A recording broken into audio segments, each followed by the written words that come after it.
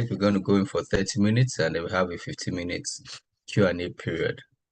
Within that session, right, what do we know about culture? What do we know about business? And the question is, why is culture essential to business? When you talk about culture, what comes to your mind? What's the first word that comes to your mind? Type it in the chat room. What's the first word that comes to mind when you hear culture? What is the first word that comes to your mind? When you hear culture, what's the first word that comes to mind? Let's try. What's the first word that comes to mind when you hear culture? Right? What's the first word? Character. Nice. What else? What else? What else? What else? Dressing. I like that. That's nice. I like that. What else? What comes to mind? What comes to mind? What comes to mind? Talk to me. Talk to me. What comes to mind? I see dressing. I see character. What else comes to mind? What comes to mind? Who else? Who else wants to share? What comes to mind?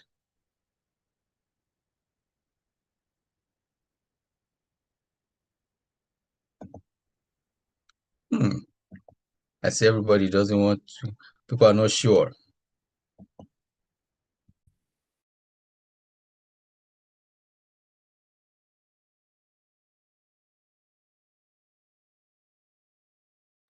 Okay, at times we talk about culture. When we talk about culture, what comes to our minds in most cases, especially in the African setting, is the cultural attributes that we assign to it. And that also comes in the form of dressing, right? But the truth is this, once you put it from that perspective, in terms of dressing and culture and your character, we always think about people, right? You can't just dress like that. Think about the people that come around. And when you think about the people that come around, you think about the attributes. When you also have the attributes, you also think about other things that come to mind. And what are the other things that come to mind, right? You check it. What are the other things that come to mind? When you think about people, you think about attributes. You think about those that's around you, those that work with you, those that help you. Then you think about your family, you think about your attire, you think about why put on the attire, why you come together, why you're having the meetings, and why all these things coming all together at once. By the time you look at it from that perspective, you now understand that, oh, culture has to do with people. When you have people, what are they gathered together for? A common purpose. What's the common purpose they are gathered together for? Is for a common aspiration. What's that common aspiration they're gathered for? Is attracting the right people with the right thoughts, with the right setting to come together to drop what they have known in the past and then embrace something new, right?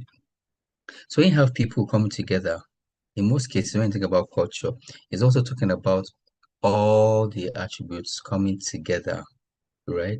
Where in most cases, it's the single or singular or the chosen attributes that all of them share together in one that now makes it really unique.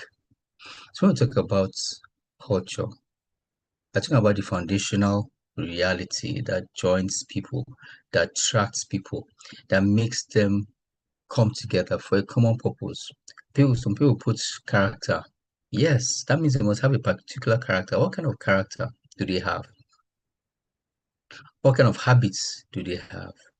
What attitudes do they have that make them come together, right?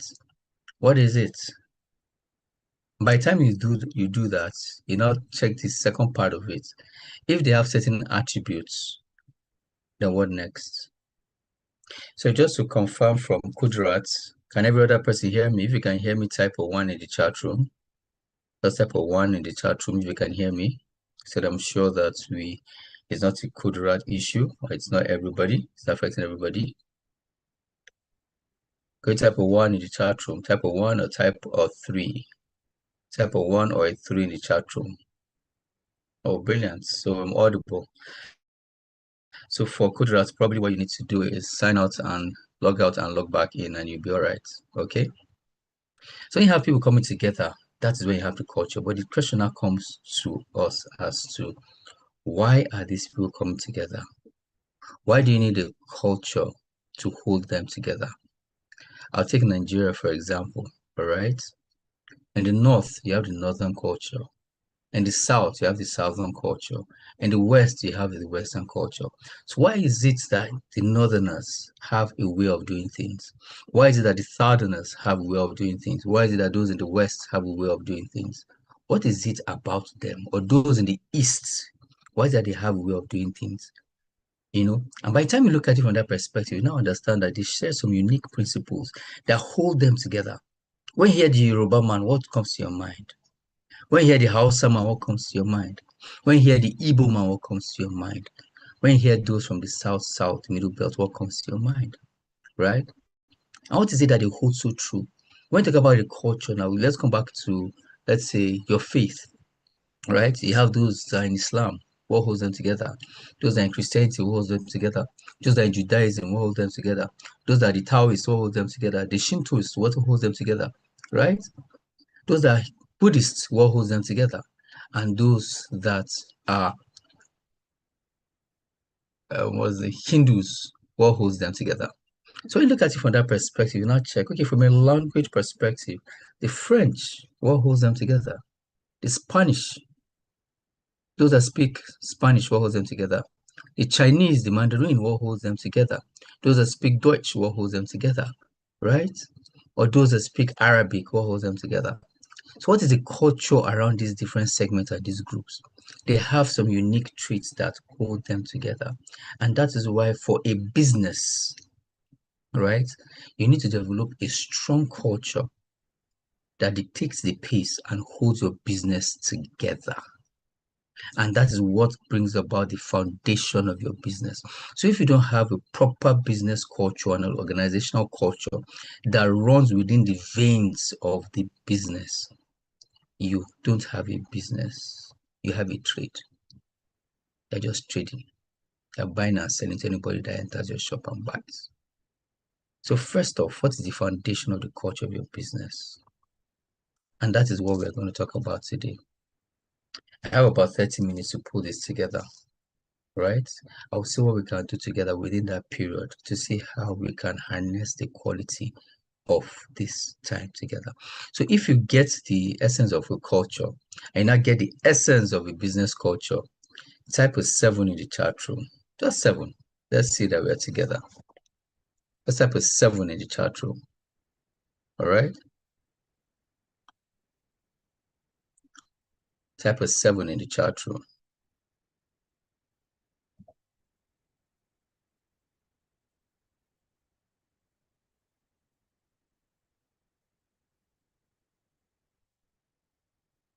Brilliant. Thank you, Mohammed. I see you there. So that being said, this is where we are today. Okay? So I take it to this. So this became business culture, create a positive and productive work environment. So you're taking it to the auspices of the office. First off, to understand the culture, right? You need to know who you are as a business, right? Who are you as a business? What do you do? What's your business about? Why should we even listen to you in the first instance? What is it about the business? And talk to me. What is it about the business? What do you know about the business? So you need to ask yourself this question: who are you first? When I say who are you, I'm not asking that who is Kudrat, who is Nafisa, who is Ibrahim, who is Muhammad. No, I'm asking who is your business. In the chat room, type the name of your business or what you do. If you're into airtime, put it there. If you're into fabric, put it there. If you're into accessories, put it there. If you're into mobiles, put it there. If you're into solar, put it there. If you're into spaceships, put it there. If you're into rockets, put it there. If you're into furniture, just type it. Let's see. All right. Let's see. Who are the businesses we have in the room? Beddings. So fantastic. So now let's see. Let's take a beddings, for example. What is the essence? Why do you go into beddings and the fabrics? Take this behind your mind, right? Why are you in that business? Why are you in that business? Why are you doing beddings? Why are you doing fabrics? What is the essence of the business? What do you want us to feel when we buy from you?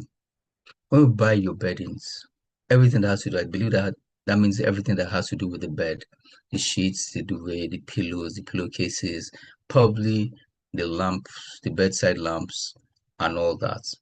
What do you want us to think about when we are buying from you? And Kudrat is into fabrics. What do you want us to feel? What do you want us to think about when we're buying your fabric? Is it just to buy a fabric and say, oh, this color looks good, oh, it matches with my bag, fantastic, and I go? Or do you want us to look at the bag? Already, do you want us to look at the fabric, put it on, and just feel that, oh, I feel safe, I feel home, I feel fresh, I feel love when I wear this fabric. And if you understand that is how you want your fabric to feel, it starts from the purchase, from the point of purchase. Where are you buying it from? Who are your suppliers? How do you take care of it in your office or in your store? When your customers come into your environment, how do they experience the fabric? How are they taken care of? Is there love imbued in the process? Is there respect imbued in the process? Or you just go to the shelf, I want to buy 10 years, okay, take, cut it off, take, go. Or you tell them the history about the fabric. You tell them why you have this fabric.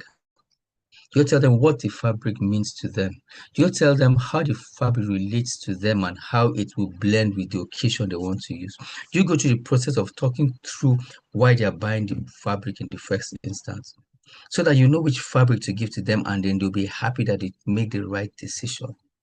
So what is your process, right? So by the time you understand what and who your business is, it makes it easier for you to delve deeper and take them to the next level where they can appreciate you. And that's where you understand that culture is the foundation, right? The culture is the foundation. Every company has a collected shared values, beliefs, behaviors, attitude that characterize an organization. And this is the most important thing. It defines the personality and the environment. So you have all these collected things. Remember when I was explaining it, we're defining the kind of blood, the passion, the systems that's working behind the organization. What is holding the organization together, right? And that's where the culture comes, and that's where the foundation. Then the right culture is the foundation to developing everything the company will build on, like attracting the right talent and employees. Very, very necessary. How do you grow the brand itself? So if you get the culture right, the right people come to you, the right partners come to you, you assess the right collaborations, and then your business becomes healthy. But if you have negative energy, I'm sure you must have heard about this before. Negative energy, stay away. Bad energy, don't come near me, right? But if you are emitting bad energy will come to you. When you're emitting good energy comes to you. I'll give you a good example. Practices wherever you're sitting right now, practice it immediately. If you have anybody near you, look at the person and start smiling. It sounds funny, right? Just look at the person and start smiling. Oh, yes. Just start smiling. Look at the person and just start smiling. And see what happens. If you're alone, look at yourself in the mirror and start smiling. What do you think will happen? What do you think will happen? The mirror is smiling back at you. The person is smiling. Try this. In the middle of the smile, frown. Just frown. Frown your face. Look at the person and frown. And see what will happen. The person will frown back at you. So if this simple mirror effect, right? Somebody comes in and you're smiling, and the person smiles back at you. You frown, and the person frowns back at you. What energy are you giving out?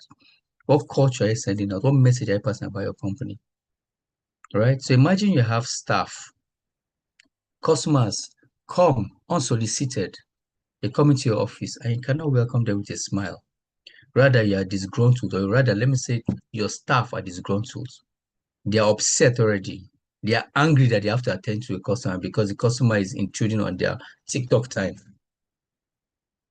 They want to be on their phone and the customer is coming. So they are just frowning their face. Do you know the implication of that? Personally, I have walked out of shops because I didn't get the right reception. How could I be passing? I come to your office voluntarily, and then you don't have the courtesy to attend to me. I came into your shop with my money. You did not market me. You did not invite me. You did not find me. I walked into your place with my money to buy, and then you're more interested to be on the phone. I walk out. There are other options. So imagine how many businesses have lost businesses because your front line staff or you that you're the face of the company, you're not welcoming. So you need to understand what your culture is based on. Once you understand what your company culture is based on, then you now know how to build fundamentally to have the kind of culture reception that the company desires. And that's why we say your culture is your brand and your brand is your culture. So while you're thinking about it, think about what you're bringing out. When Nike said, just do it, do you know what they're doing? Don't think about it, just do it. And look at their designs. Look at the products. LG says life is good. So when you're watching any LG flat screen, what are you thinking about? How good life is. You lean back and relax, right? Throw your feet up in the air because life is good. You open up the refrigerator, you're bringing out something chilled. Life is good. So anytime you see their product, what comes to your mind? That is what they want you to feel. And when you go to the outlets you can buy, how is the ambience? So these are little things you need to check. All right. So come back to your brand, your bedding's brand.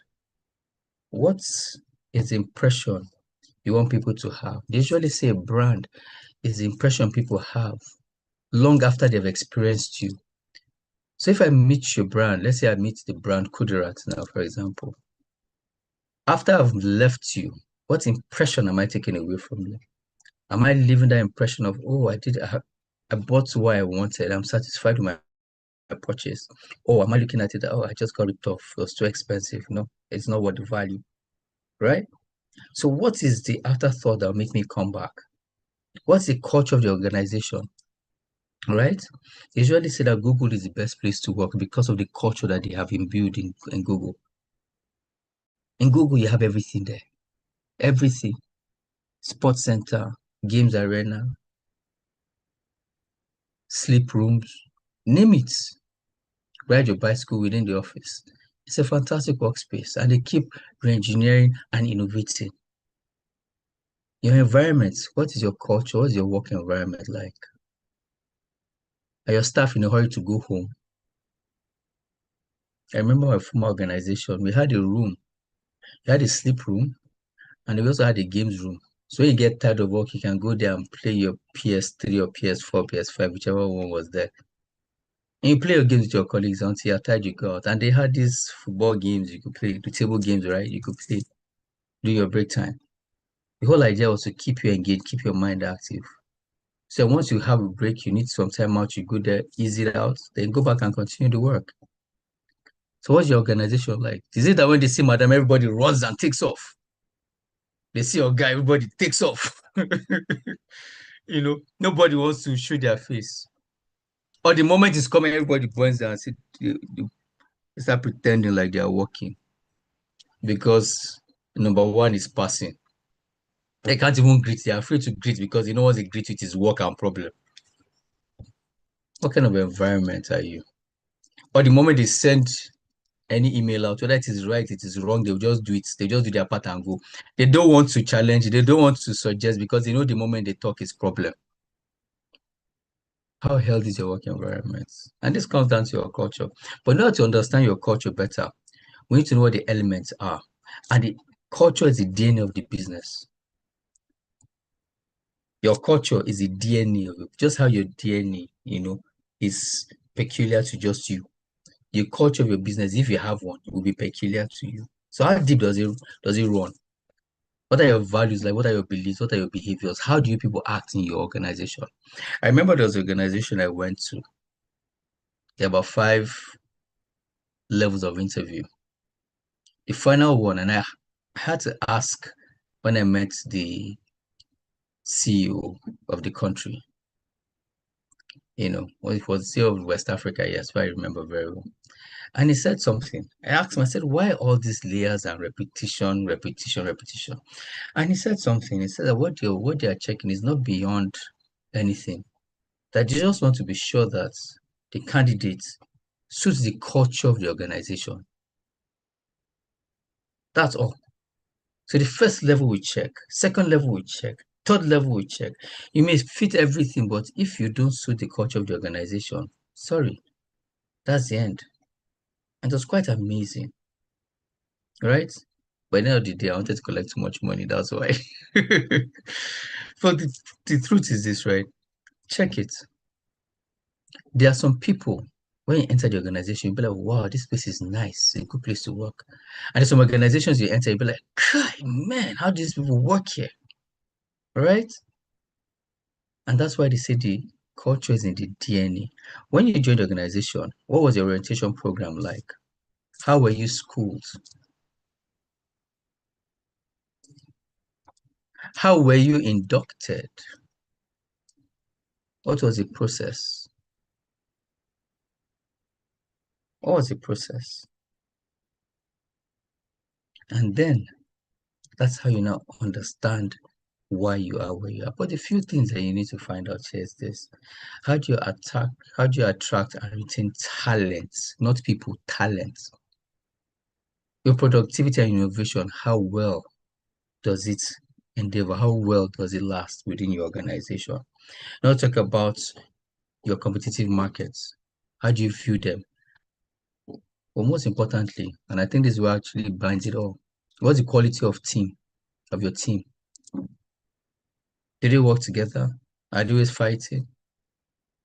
What's the code of conduct? Do they have ethics? Does the company have the ethics to work with? Right? This particular topic is a very, very, very deep and wide topic. All right. You can't finish it in 30 minutes. You can't finish it in 1 hour. It's more like a day's topic. But we'll see what we could talk about. We touch on the nuggets here. I think I have about 10 minutes or thereabouts to run. Now let's check this. For every culture to stand, you need to have core values. If you understand core values, right? Can I type some examples in the chat room? Remember, it says that they are non-negotiables. These are things that no matter what happens, is zero tolerance. For example, some of my core values as an individual and for my business is zero tolerance for lies, high level of integrity and loyalty. So let's see, what are your core values for yourself? Think about it. What are the principles that no matter what happens, people know that, oh, if Nefisa talks, if it's Nefisa, she will never do this. If it's Nefisa, this one, or Ibrahim, oh, no. Ibrahim has the highest level of integrity. They say, oh, no, if the school drops, oh, no. That one, she loves people too much. She can die for her customers, right? And they will just tell you again that if it is Muhammad, I don't know how that guy does it, but that guy's integrity is compared to none. And that's where you now have these core values that shape the individuals and the organization. And you, especially as a small business, you should embody the values of your organization. If you say your values include integrity, if a customer overpays, you should call the customer and say, oh, it was 1,000 naira you sent. The product is 100 naira. Oh, sorry, you sent $10,000. It is $1,000. You have $9,000 with us. How would you like it? Do we refund it back to you, or would you like to make additional purchases? Right? Your level of integrity should be high. You deliver something to a customer, and the customer is not happy with the product. You offered, okay, we have given you money back guarantee. We'll come and pick it up at our expense. When next year coming in, You get XYZ, but we are sorry that this happened because you have a high level of integrity for your goods. So what are non-negotiable core values for your organization? Let's see it. Type in the chat room. Let's see it. What are your non-negotiables? What are your non-negotiables? What are your values? I want to see it from you. Type in the chat room. At least one value. One value. Type it up. One value. Okay. One value. Let's see. What is one value that you have? Integrity. Thank you very much. I trust if this company doesn't have integrity, it means I will fight. Trust. Fantastic. Who else? What else? Come on, talk to me. Creativity. Fantastic. I like that, Isa. Nice. What else? Let's be sure that we're in the same pace. Because I'm taking it granular for the small business owner so that you can understand it. What else? Especially in this age, we're going into AI. What are your core values for your business? So understand what kind of business you're in and what kind of core values are you going for. Nefisa, you talked about your business, but we have not seen your core values, and that's quite shaky. Kudrat, the same thing. You spoke about your business line, but we are not seeing your core values. So you now see that your business, if it's not having a core value or a culture around it, you know you're leaving a lot of money on the table. So right now, think about it. Affordability, brilliant. Innovation, brilliant. Yes, we're going in that direction. You know, so you see, these are core values you could have: integrity, trust, creativity, affordability, innovation. And I'll tell you something, there'll say survey done for the top Fortune 500 companies. And the top 1% of those companies had similar core values. So, do you understand what that means? When you have companies ranking in the top 1% and they all have the same similar core values, what does that tell you? That is why they're ranking. And interestingly, a few of these core values that are listed in the chat room were part of them. Two clear ones were integrity and innovation. Go to Apple, go to Tesla. Clearly. So what are we talking about? So you see that we have great people in the room today. Yes, and I see Bawangida Mukadas. Good to have you here. Fantastic. I see the CEO, Hamza Fanda. Well done. Good to have you here. And I see some great names here. Interesting. So let's share the link and let's have some more people. And let's go back to where we stopped. And we'll continue from there. Right? Then, once you've identified the core values, what's next? What's next? These principles that we are talking about. Ask yourself, are you doing the right thing? Are you doing the wrong thing? Or are you in the middle? You know, some people are like that. They don't want to be on the left or the right. They just hang in. They hang in the middle. They don't want anybody to catch them. So be on the left to right, as Kazara will say be going left to do like this and do like that. That's not where you should be when it comes to your business. All right. You should know exactly where you stand. What are your core values? You should be on one spot. You should not be caught dwindling. It doesn't give your business a good name. So once you step into that and you understand what the core value is, how do you identify it? There's a process that you can use to identify these core values, right? Well, one of the best ways is to engage your team. You have your core values as an individual. Where it's good, especially for employees, I'll give you this, right? When your core values, individual core values, blends with the values of your organization, you have a good fit. But if your core values and your business values don't blend, there will always be friction. Always be friction. You'll be wondering, promotions are not coming. Management is not in tune with you. Or you enter the market is not just going your way. Or if it can also be the elements of life. Oh, that's a different topic entirely. But let's come back here to core values. So engage your team, they will help. But the major thing is this, right? And this is what we mentioned earlier. in as much as you have your core values, you should be a representation of your core values. As the business owner, you have integrity. Is it in you?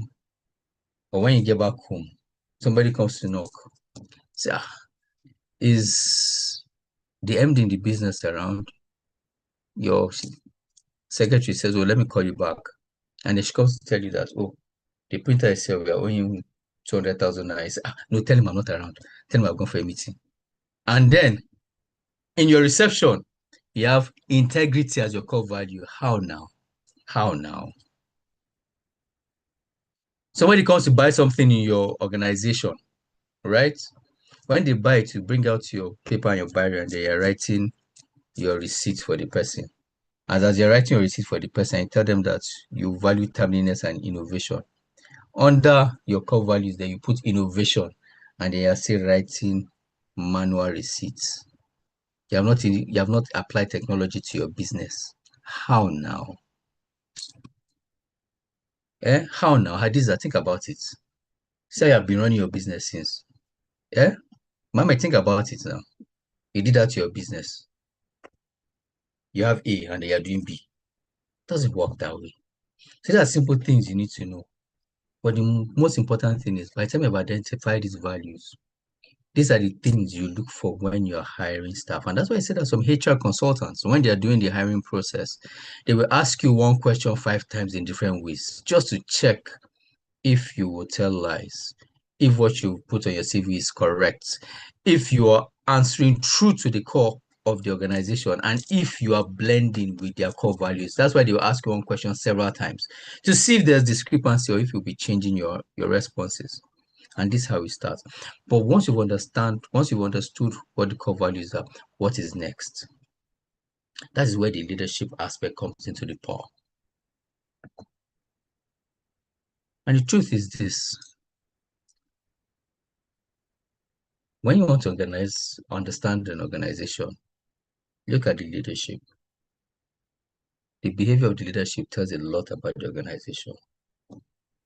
Look at a country, the leadership tells a lot about the country. Look at a continent, look at what is happening there. Pick a union, the leadership will define what the body is like. Right? So here we have to grow granular a little bit so that we can relate to the Nigerian market.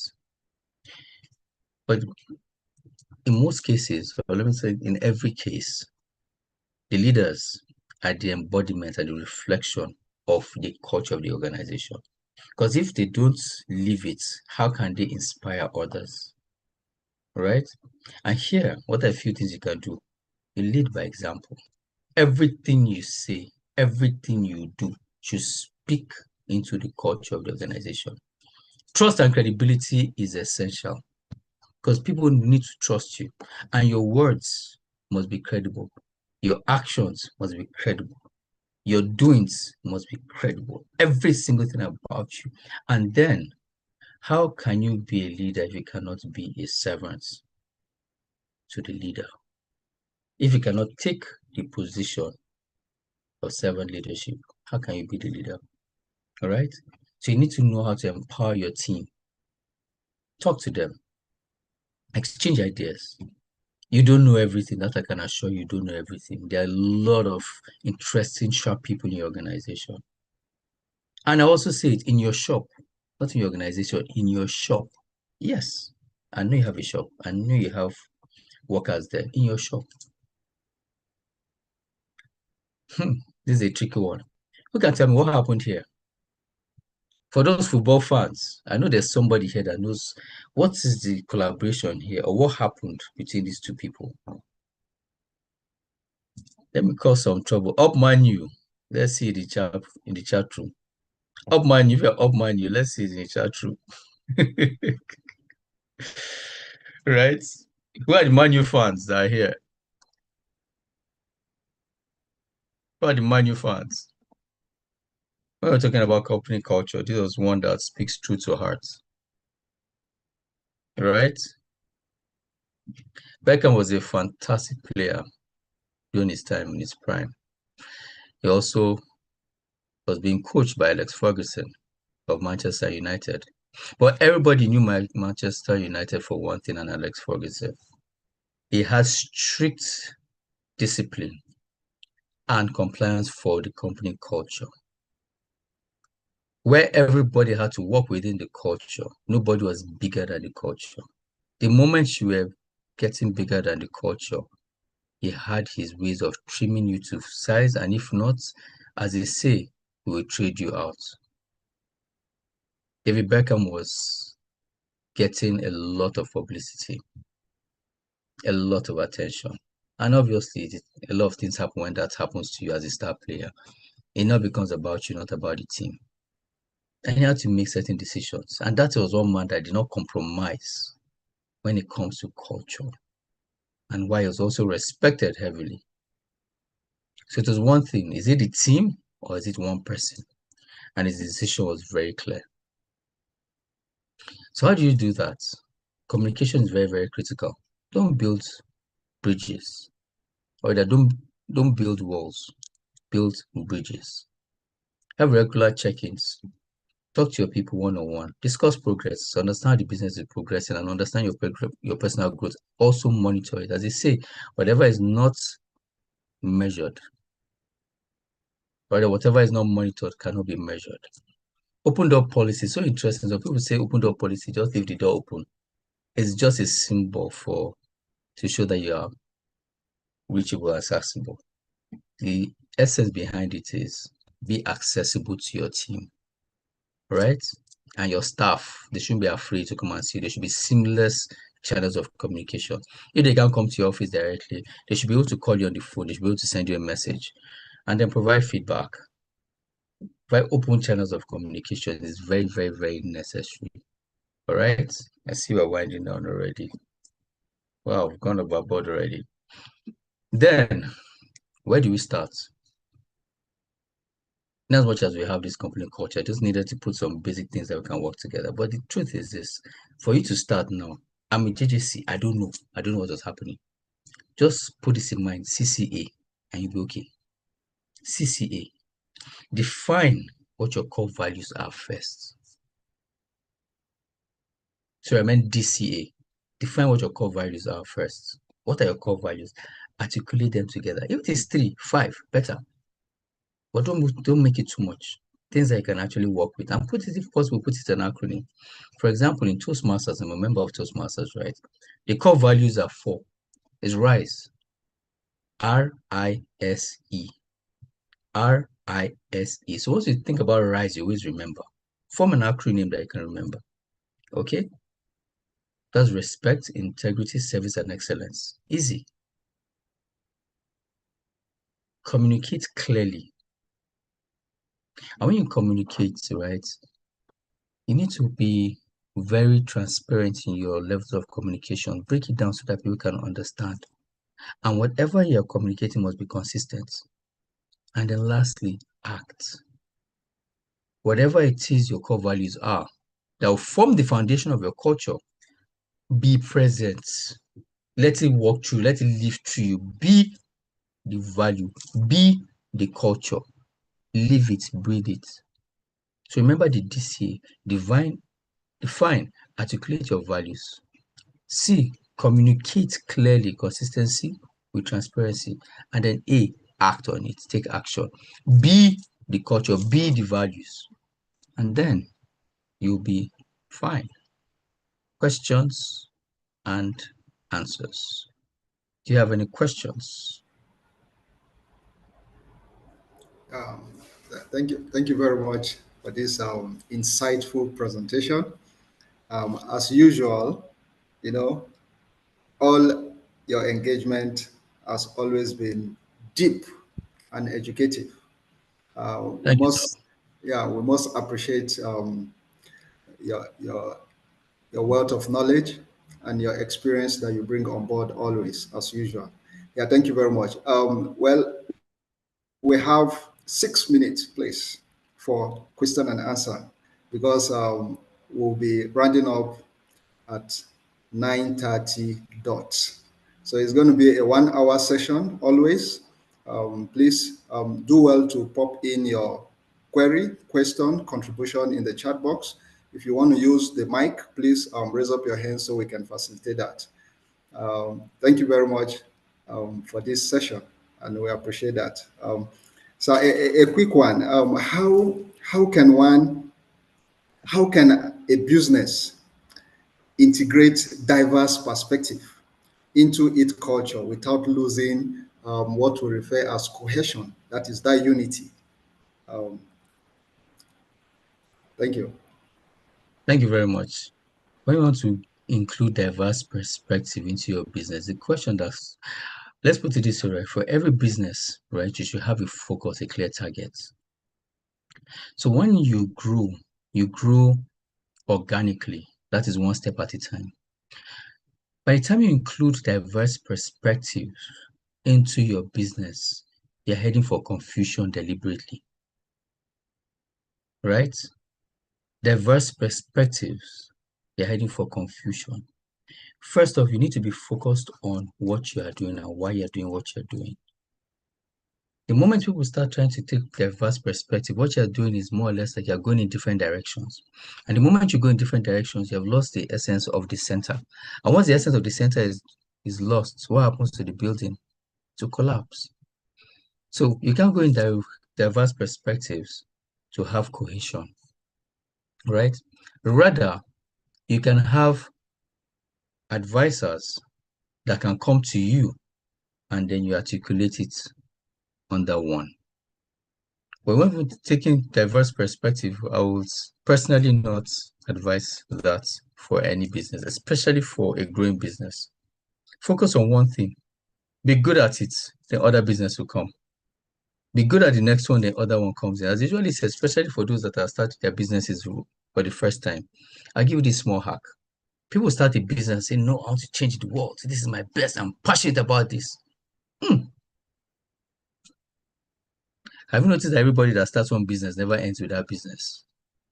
But that business you start, that business just teaches you about business. It's not your passion. It just teaches you how to run a business. That is when you learn about the accountancy aspect. You learn the banking, you learn the finance, you learn the marketing, you learn the sales, you learn the rentals, you learn the landlords, you learn the tenancy, you learn the advert rates, you learn the interest rates, you will learn and they will hit you very well. So in your first business, what you're just learning is the business of the business. Mostly you're going with the passion, but in most cases, what you learn there is the business of the business. And when you now understand the business, then you can expand and move further. So for the diverse perspective for cohesion, that's incredible. That's an incredible one. All right. Hope that was helpful.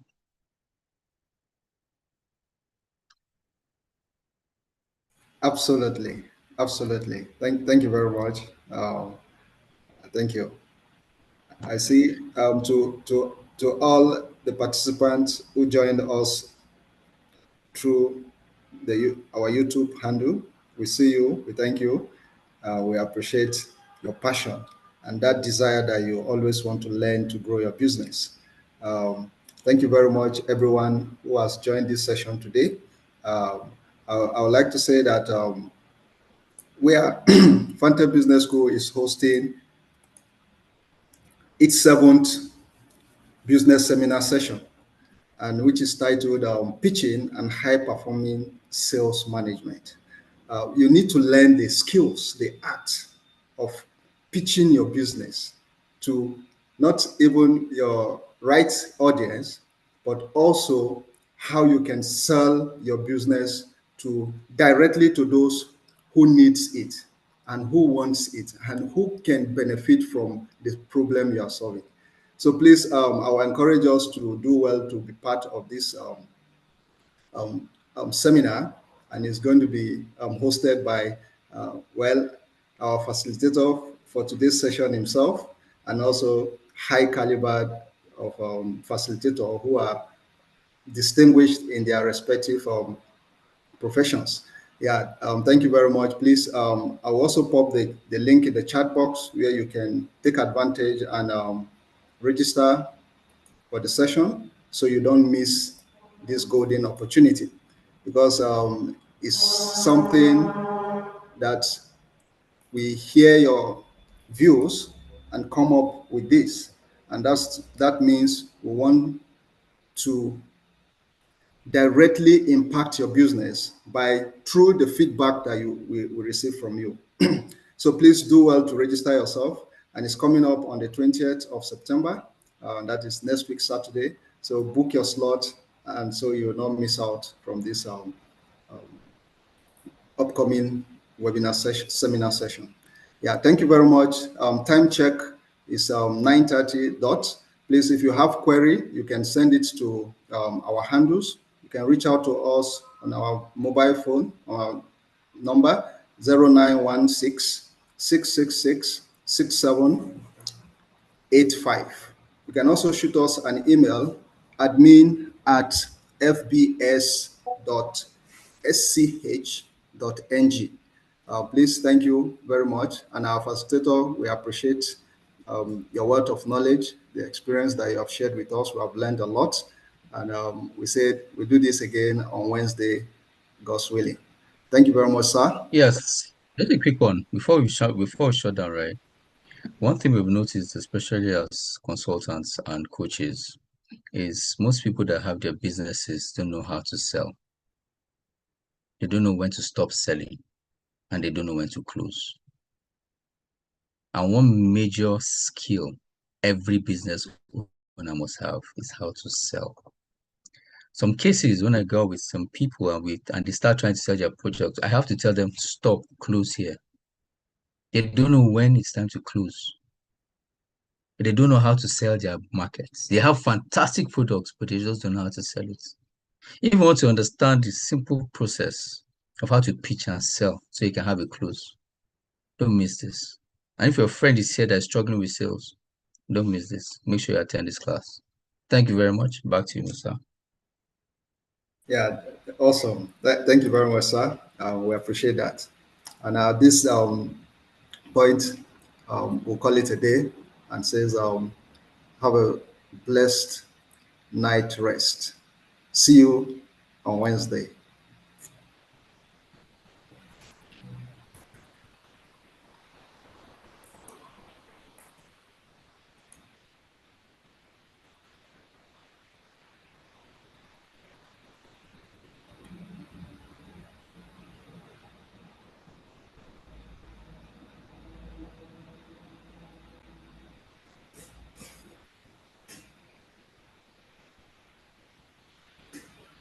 So let's do this again on Wednesday.